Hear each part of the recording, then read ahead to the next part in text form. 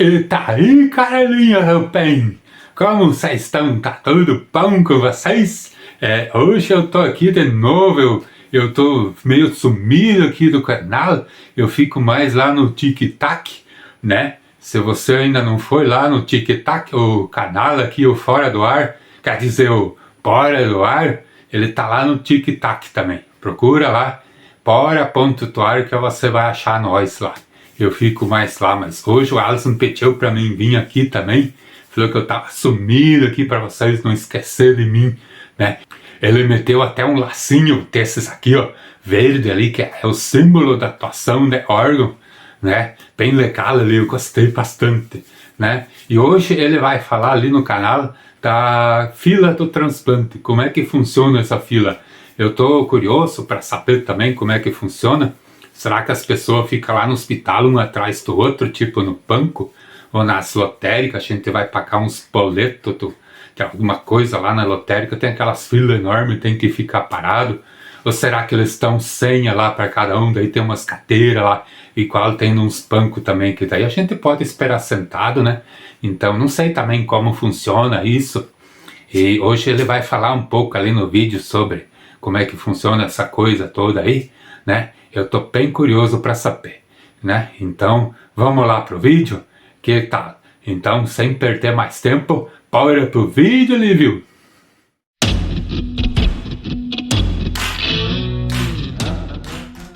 E aí, galerinha do bem? Tudo certo com vocês? Como o seu Breno já falou no início aí, vamos falar hoje um pouco então da fila de transplante. Você sabe como funciona essa fila? Então, vamos lá.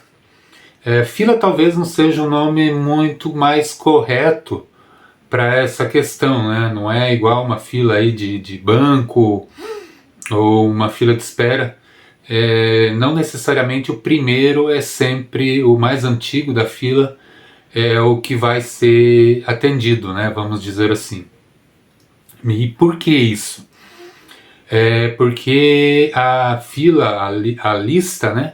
Ela segue alguns critérios específicos, né?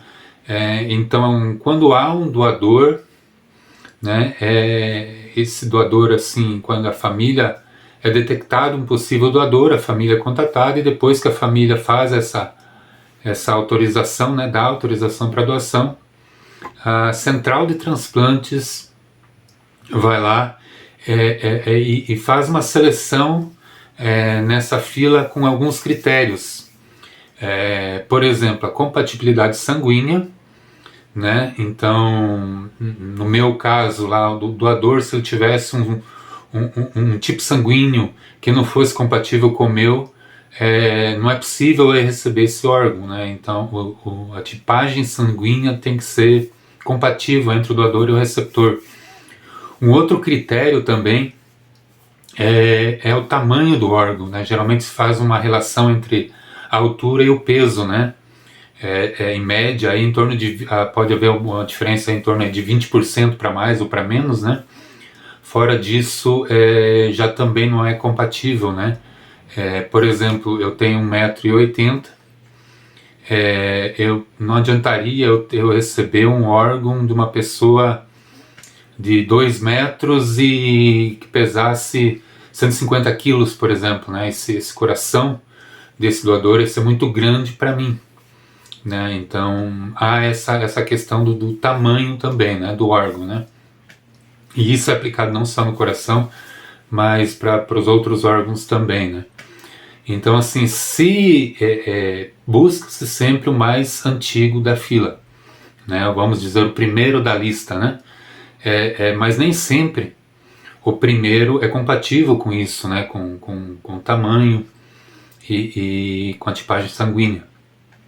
Então, busca-se um doador compatível com essas características, que esteja mais tempo na fila, né? Então a ordem é respeitada desde que haja essa compatibilidade desses critérios, né?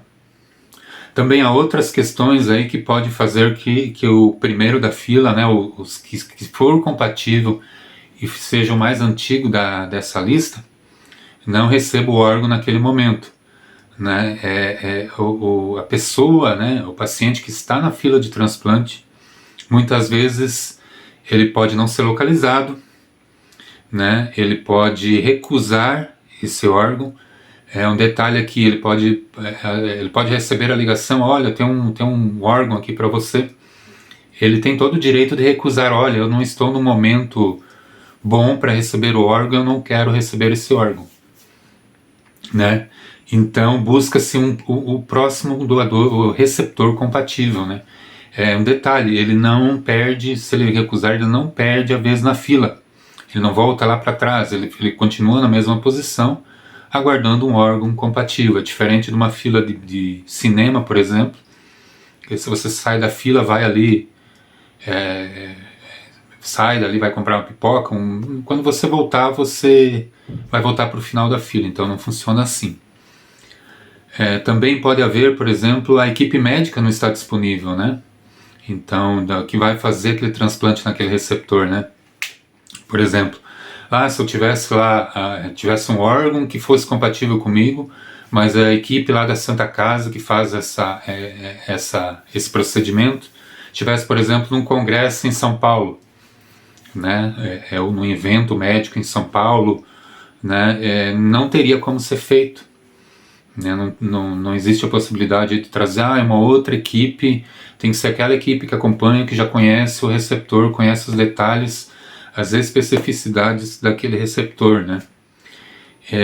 E há também um critério, por exemplo, né, eu estou na fila, tem o João aqui, por exemplo, que também está na fila, tem a mesma relação de altura e peso que a minha, mesma tipagem sanguínea, só que eu estou no estado mais crítico de saúde, né? E ele está melhor, talvez com a medicação, controlando um pouco mais, e ele está mais tempo que eu na fila. Então, há esse critério também, a gravidade da doença.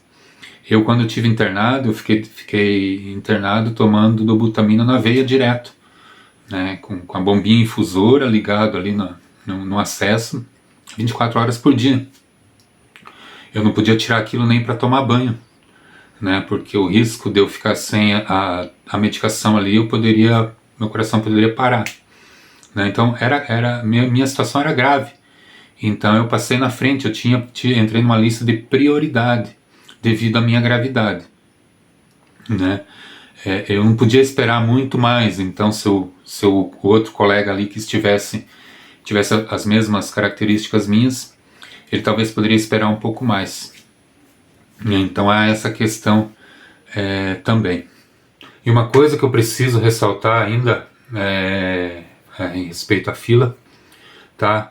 É que não há possibilidade nenhuma, tirando essas coisas aí, essas características que eu falei, de haver uma priorização para alguém, né, em motivos de conhecido de alguém, ou o cara aqui tem mais dinheiro que o outro, né, tem um cargo mais importante que o outro, né, essa possibilidade não existe, tá? Isso é garantido por lei, há vários órgãos aí que fiscalizam isso. Esse processo é um processo praticamente automático, não tem alguém lá, vou dar para esse órgão para o fulano, vou dar para o Elson, vou dar para o ciclano ali, né? Escolhido com base nesses critérios que eu falei. Isso é seguro, tá? É um processo bem transparente. A equipe que atesta a morte cerebral, né, que cuida daquele paciente, não é a mesma equipe que faz a retirada do órgão. Um não conhece o outro. Até por isso é proibido aí, para essa questão aí, é proibido a divulgação dessas informações. Eu, por exemplo, eu não sei quem foi a família doadora, quem foi o doador. A única informação que eu tenho é que foi um rapaz de 20 anos, vítima de um acidente de moto, né? Agora, quem foi, da onde foi, o que ele fazia, eu não tenho a mínima informação. Assim como a família que fez a doação desse coração, acredito eu que de outros órgãos desse jovem, também não sabe quem foram os receptores dos órgãos, né? Muito menos a equipe médica que cuidava dele, né, tinha acesso antes a essa informação. A partir do momento que é detectado a morte cerebral, a família é contatada e dá autorização para ser feito, é escolhido então o receptor desse coração com base nessas características. O tempo na fila, a compatibilidade, né, de sanguínea e de tamanho, né, de altura e peso entre o receptor e o doador, e também a gravidade da situação do receptor, né. Fora isso, né, não há a mínima possibilidade dessa fila ser furada. Por esses motivos todos aí, eu posso garantir para vocês que todo esse processo de doação e transplante de órgãos é uma das coisas mais democráticas que existe nesse país, tá? Nós somos aí o segundo país do mundo em número de transplantes, nós só perdemos para os Estados Unidos, mas nós temos o maior sistema público de transplantes do mundo. Não tenha medo disso ao se declarar doador, tá? Você vai se declarar um doador, é preciso que haja umas características como a morte cerebral, mesmo que você se declare, a possibilidade de você ser efetivamente um doador, doar os seus órgãos, é pequena, né? Principalmente devido aí à necessidade de ter a morte cerebral e do coração estar batendo para que tanto o coração como os outros órgãos sejam retirados. Então, por isso que é importante o maior número de pessoas se declararem doadores, porque em média, de 10 mortes que acontecem, em média aí uma morte, uma dessas mortes, 10%, é morte cerebral e que é possível de ser efetuada a retirada, né, e o transplante dos órgãos, né. E nisso ainda há muito aí a questão de onde a pessoa está, da estrutura disponível para a retirada desses órgãos, né, e também alguns outros aspectos, né. Por exemplo, a negativa da família, a pessoa pode estar lá, ter morte cerebral. Hoje ainda a média no Brasil é de mais de 40% de negativa, né, as famílias ainda negam, então assim, esses 10% ainda cai muito, né? Então, assim, quanto mais pessoas se declararem doadores de órgãos, avisarem as famílias, mais chance esse pessoal que ainda está na fila aguardando, que está numa angústia, que, né, não sabe quando chega o órgão. Eu passei por isso, eu sei muito bem como é essa angústia, apesar de eu estar, né, na época eu estar bem psicologicamente bem, né, sempre há essa expectativa, essa angústia. Quando será que uma família vai dizer sim e que eu consiga um órgão que vai me possibilitar viver por um tempo a mais? Então, eu digo para você, para finalizar, não tenha medo, seja um doador de órgãos, avise sua família. Bora doar? Olha só que legal, né? Quanta informação boa ali que eu pelo menos não sabia, não sei se você já sabia ou não, mas é bastante informação boa, né? Pra gente saber ali como é que funciona esse troço aí da lista do transplante. E tá aí a gente fica bem mais tranquilo em se declarar doador, que a gente sabe que não tem jeito ali de o cara vir lá e mexer alguma coisa lá pra ter vantagem. Ela é bem justa aí pelo que o Elson falou.